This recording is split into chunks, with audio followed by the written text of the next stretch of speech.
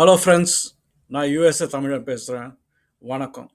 இன்னைக்கு ஒரு புது டாபிக் ஒன்று டிஸ்கஸ் பண்ணலாம். அந்த டாபிக் என்னன்னா, நம்ம பூமிக்குள்ள இந்த எண்ணெய் கிணறுகள் எல்லாம் எப்படி ஃபார்ம் ஆச்சு அப்படிங்கிறது நம்ம பார்ப்போம். சரிங்களா? சரி, நம்ம வீடியோக்குள்ள போகலாமா? ஓகே,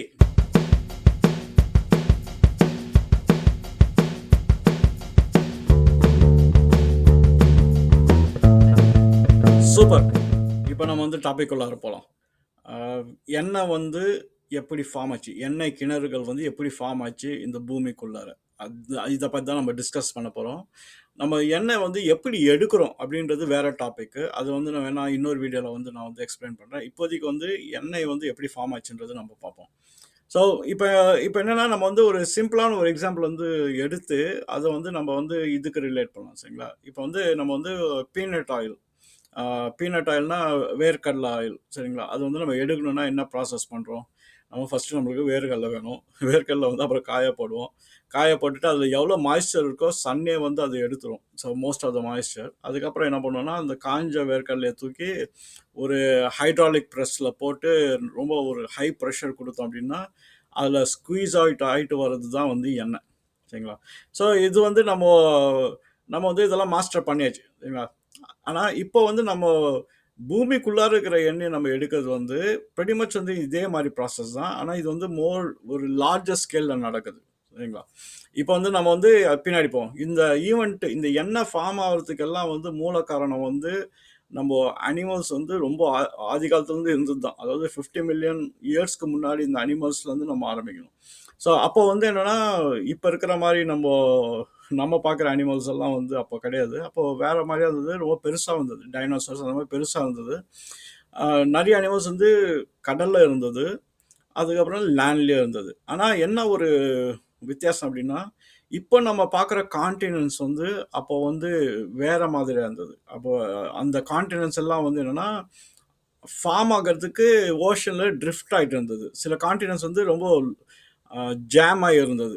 இப்போ ஒரு எக்ஸாம்பிள் சொல்லணும்னா, இந்தியாவோட ஜேர்னியை நீங்கள் பார்த்தீங்கன்னு வச்சுக்கோங்களேன். இந்தியா கான்டினென்ட் அது ரொம்ப ரிமார்க்கபிளாக இருக்கும். அது ஒரு மாதிரி ஒரு சவுத் அமெரிக்காவில் ஒரு ஒரு இல்லை ஆஃப்ரிக்காவில் அந்த மாதிரி ரொம்ப மேஷப் ஆகி ஸ்லோவாக ட்ராவல் பண்ணி ஆஃப்ரிக்கா பிரிஞ்சு அப்புறம் இந்தியா பிரிஞ்சு கொண்டு போய் ஹிமாலயாஸ் ஆண்ட போய் லாக் ஆகிடும். ஸோ அது ரொம்ப இன்ட்ரெஸ்டிங்காக இருக்கும். ஸோ அது அந்த பேஞ்சியா பீரியட்லேருந்து இப்போ இருக்கிற பீரியட் வரைக்கும் அது பெரிய ஜேர்னி தான்.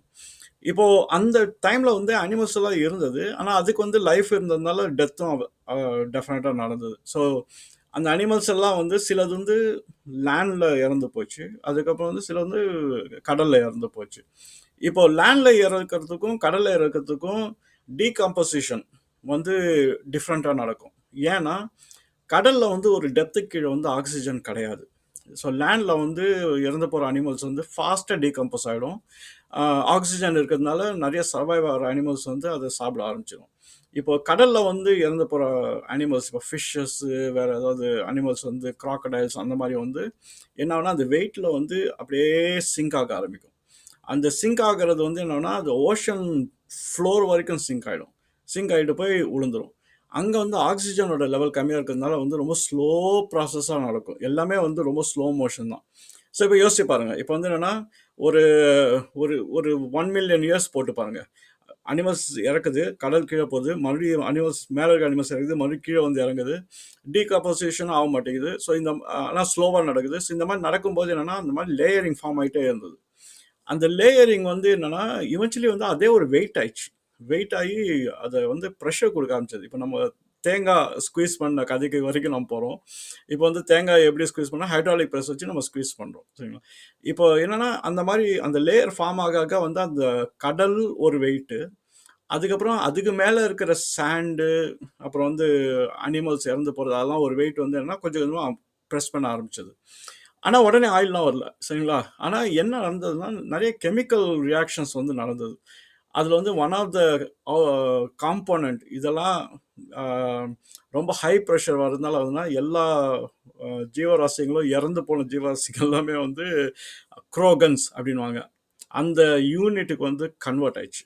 ஸோ குரோகன்ஸ் வந்து என்னன்னா ஒரு மாதிரி மாலிகுலர் பிரேக் டவுன் ஆன ஒரு பார்ட்ஸ் தான் சரிங்களா. இப்போ வந்து அது வந்து நம்ம இதுதான் அனிமல்னு ஐடென்டிஃபை பண்ண முடியாது, ஆனால் வந்து அது பிரேக்கப் ஆயிடுச்சு. ஸோ அந்த குரோகன்ஸ் வந்து மறுபடியும் மேலே இதே ப்ராசஸ் சைக்கிள் ஆகிட்டு இருந்ததுனால வந்து என்னாச்சுன்னா மறுபடியும் வந்து அதை இது எல்லாத்தையும் வந்து ப்ரெஸ் பண்ண ஆரம்பிச்சது. இந்த மாதிரி ப்ரெஷர் பில்ட் ஆகிட்டே இருந்தது. ஒரு பாயிண்ட்ல வந்து என்ன ஆயிடுச்சு அப்படின்னா கெமிக்கல் ரியாக்ஷன் வந்து ஆக்சலரேட் ஆகி இந்த குரோகன்ஸ் எல்லாமே வந்து ஹைட்ரோ கார்பன்ஸாக மாறிடுச்சு. ஸோ ஹைட்ரோ கார்பன்ஸ் வந்து என்னென்னா அதுதான் வந்து நம்மளுக்கு ஆயில். அது வந்து நம்ம க்ரூட் ஆயில் அப்படின்னுவோம். ஆனால் இந்த ப்ராசஸ் வந்து ஜஸ்ட் ஒரு இந்த வருஷம் ஆரம்பித்து ஒரு 2-3 வருஷத்தில் முடிஞ்சதுன்னு மட்டும் நினைக்க வேணாம். இது வந்து ஆல்மோஸ்ட் ஒரு 50 மில்லியன் இயர்ஸ் ஆயிருக்கும் இது எல்லாமே நடக்கிறதுக்கு.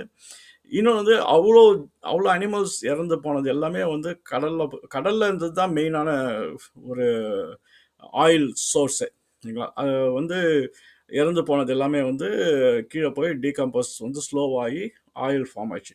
சரி, இப்போ வந்து என்னென்னா இந்த டைமில் தான் கான்டினென்ட்ஸ் வந்து கொஞ்சம் கொஞ்சமாக ட்ரிஃப்ட் ஆக ஆரம்பிச்சது. ஸோ இப்போது அதில் ஒன் ஆஃப் த திங் வந்து என்னென்னா இது கான்டினென்ட் ட்ரிஃப்ட் ஆகும்போது என்னென்னா யூஸ்வலாக வந்து சைஸ்மிக் ஆக்டிவிட்டி நடக்கும். அதுதான் அது எர்த்குவேக்கு.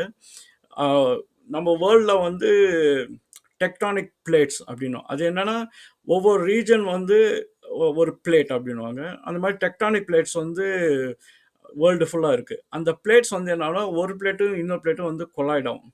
கொலாய்ட் ஆகும்போது என்னன்னா அதுதான் அந்த இடத்துல தான் எர்த்குவேக் உருவாகும். ஸோ அப்போனா வந்து ஒரு கான்டினென்ட்டும் ஒரு பிளேட்டும் இன்னொரு பிளேட்டும் வந்து ஜாம் ஆகி ஒன்று வந்து புஷ் பண்ணிடும், இல்லை உள்ளே வாங்கிடும் சரிங்களா.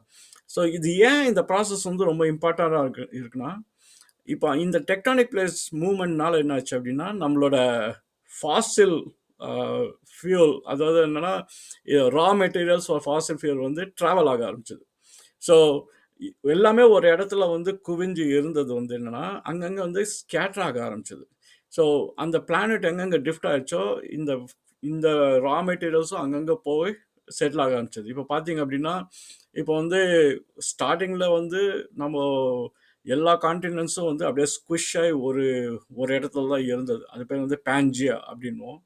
ஸோ அதுக்கப்புறம் வந்து அந்த ஜியாலஜிக்கல் ப்ராசஸ் நடக்க நடக்க வந்து எல்லா கான்டினென்ட்டும் பிரிஞ்சு ஒவ்வொரு லொக்கேஷனில் போய் செட்டில் ஆயிடுச்சு சரிங்களா. அந்த மாதிரி தான் இந்தியாவும் வந்து ஒரு கார்னரில் இருந்தது, அப்படியே ட்ரிஃப்ட் ஆகி ஹிமாலயஸில் போய் வந்து பிளாக் ஆயிடுச்சு. ஸோ அது போகும்போது இந்த ஆயில் ரிசர்வ்ஸ் உள்ளே இருந்தது வந்து அந்த ரா மெட்டீரியல்ஸ் வந்து அதையும் ட்ராவல் பண்ணி எடுத்துகிட்டு போச்சு. அந்த மாதிரி தான் வந்து வேர்ல்டு ஃபுல்லாக ஆயில் வந்து வர ஆரம்பிச்சது. ஸோ ஒரு இடத்துல கான்சன்ட்ரேட்டடாக இந்த அனிமல்ஸ் எல்லாமே வந்து இப்போ வந்து வேறு இடத்துல இருக்குது. இப்போ வந்து இதெல்லாம் எப்படி வந்து நம்ம ப்ரூவ் பண்ண முடியும் அப்படின்னு நீங்கள் பார்த்தீங்கன்னு வச்சுக்கலாம். ஒரு இன்ட்ரெஸ்டிங்கான ஒரு எக்ஸாம்பிள் சொல்கிறேன். இப்போ மவுண்ட் எவரெஸ்ட் வந்து நம்மளுக்கு தெரியும், இது வந்து ரொம்ப டாலான ஒரு மவுண்டன் அப்படின்னு. இப்போ மவுண்ட் எவரெஸ்ட்டில் வந்து மேலே ரொம்ப அதாவது என்னென்னா ஆல்மோஸ்ட் லைக் அந்த சமிட் அப்படின்வாங்க, அதுக்கு கிட்ட வந்து ஸ்பெசிமென்ஸ் பார்த்துருக்காங்க. என்னென்னா இந்த மாதிரி சி அனிமல்ஸ் எல்லாம் அங்கே வந்து ஸ்பெசிமென்ஸ் வந்து டிஸ்கவர் பண்ணியிருக்காங்க. ஸோ இது வந்து நம்மளுக்கு மண்டை குழப்பம், என்னடா மவுண்ட் எவரெஸ்ட்டுக்கு மேலே எப்போ சி அனிமல் இருந்திருக்கும் அப்படின்னு.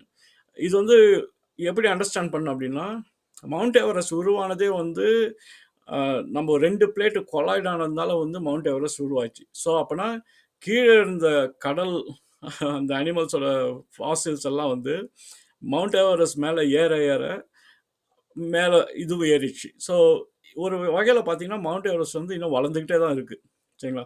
ஸோ இது வந்து இந்த உதாரணம் வந்து எதுக்கு அப்படின்னா கொஞ்சம் நம்ம வந்து இதை அண்டர்ஸ்டாண்ட் பண்ணணும், எப்படி வந்து இந்த ஆயில் வந்து வேர்ல்டு வைட் டிஸ்ட்ரிபியூஷன் ஆச்சு அப்படின்றது. ஆனால் மெஜாரிட்டி ஆஃப் ஆயில் வந்து கடலில் தான் இருக்குது இன்னும். ஏன் மெஜாரிட்டி ஆஃப் ஆயில் வந்து கடலில் இருக்குது அப்படின்னா கடல் ரொம்ப பெருசு அஃப்கோர்ஸ். இன்னொன்று வந்து நம்ம இப்போ இருக்கிற வேர்ல்டோட ஷேப்பும் அப்போது முன்னாடி இந்த வேர்ல்டோட ஷேப்பும் வந்து டிஃப்ரெண்ட்டாக இருந்தது. அது எப்படின்னா அப்போது எல்லா லேண்டும் ஒரே இடத்துல ஜாம் இருந்தது, மீதி எல்லாமே கடல். இப்போ வந்து அங்கங்கே கடல் இருக்குது, லேண்ட் வந்து அங்கங்கே ஒரு அப்படியே ஒட்டி வச்ச மாதிரி இருக்குது. ஸோ இப்போ வந்து அதனால தான் வந்து இது டிஸ்ட்ரிபியூஷன் ஆனதில் நிறைய வந்து கடலில் தான் வந்து இருக்குது.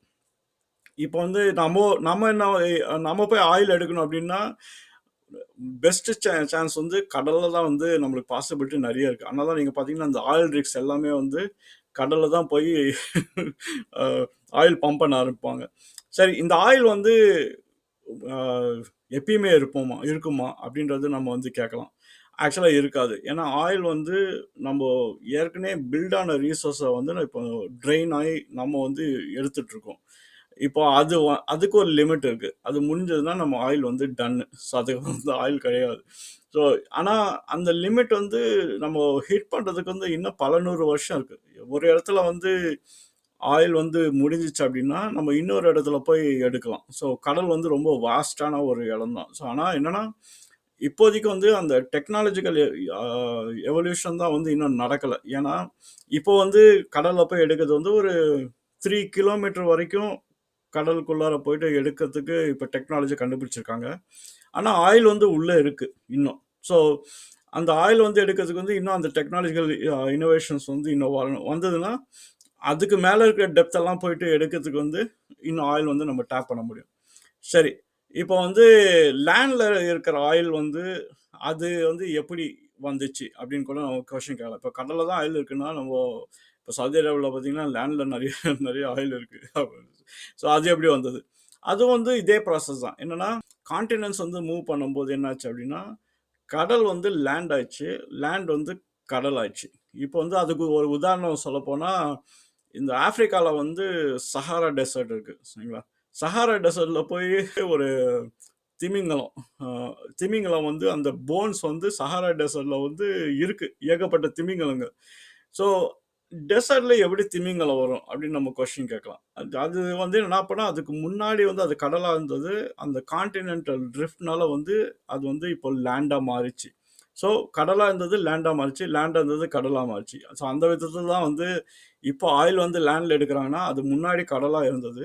இப்போ வந்து லேண்டா இருக்கு. சரிங்களா? ஸோ அ அதனால அந்த ஆயில் வந்து பிரெட்டி மச் எல்லா இடத்துலயும் இருக்கு. ஸோ நம்ம சேஃபா சொல்லலாம். ஆயில் வந்து இன்னும் நெறைய ஜெனரேஷன்ஸ்க்கு வரும்.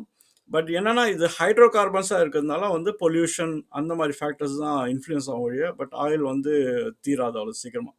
சரி, இப்போ ஆயில் வந்து என்ன சைஸ்ல இருக்கும் அப்படிங்கிறதும் நம்ம டச் பண்ணிடலாம். இப்போ ஆயில் வந்து எப்படி வந்து ஆ இது வந்து ஜஸ்ட் ஒரு பாக்கெட்ல இருக்குமா? இல்லாட்டி அ ரொம்ப பெரிய சைஸ்ல இருக்குமா? அப்படின்னா, இது வந்து எப்படின்னா, ஆயில் வந்து எர்த்ல ட்ராப்பா இருக்கிறது வந்து, ஏதோ ஒரு ஓட்டை வழியா தான் மேல வரும். சரிங்களா? அது டீப்பா ட்ராப் ஆயிருக்கு. ஓட்டை வழியா மேல வரும்போது, ஏதோ ஒரு அந்த நேச்சுரலாவே வந்து அதுக்கு வந்து பவுண்டரீஸ் வந்து எங்கேயாவது மாட்டிக்கும்.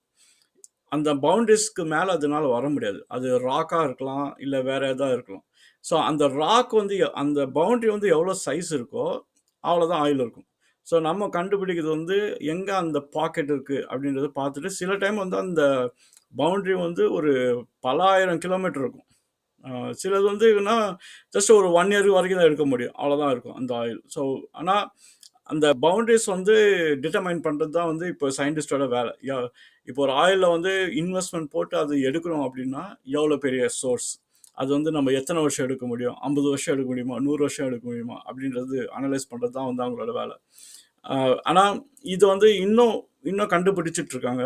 அது most of the uh oil reserves வந்து இப்போ கடல்ல வந்து இருக்கு. கடல்லயும் வந்து நம்ம வந்து நெறைய வந்து இன்னும் எக்ஸ்ப்ளோர் பண்ணல. ஸோ அ ஆயில் வந்து நம்ம யூஸ் பண்றது நல்லதா, கெட்டதா அந்த ஆர்கியூமென்ட் வந்து வச்சுட்டு, பட் ஆனா இது நேச்சர் வந்து நம்மளுக்காக பிரிப்பேர் பண்ணி வச்சு நம்ம நம்ம அத வந்து யூஸ் பண்றோம். ஸோ அது வந்து அந்த மாரி பார்த்தா நம்ம வந்து ஃபார்ச்சுனேட் தான். சரிங்களா? ஓகே. உங்களுக்கு எதா கொஸ்டின் தான் எனக்கு கமெண்ட்ல கேளுங்க. பட் அடுத்த ஒரு இன்ட்ரஸ்டிங்கான வீடியோல வந்து நான் உங்கள பார்க்குறேன். சரிங்களா? பாய்.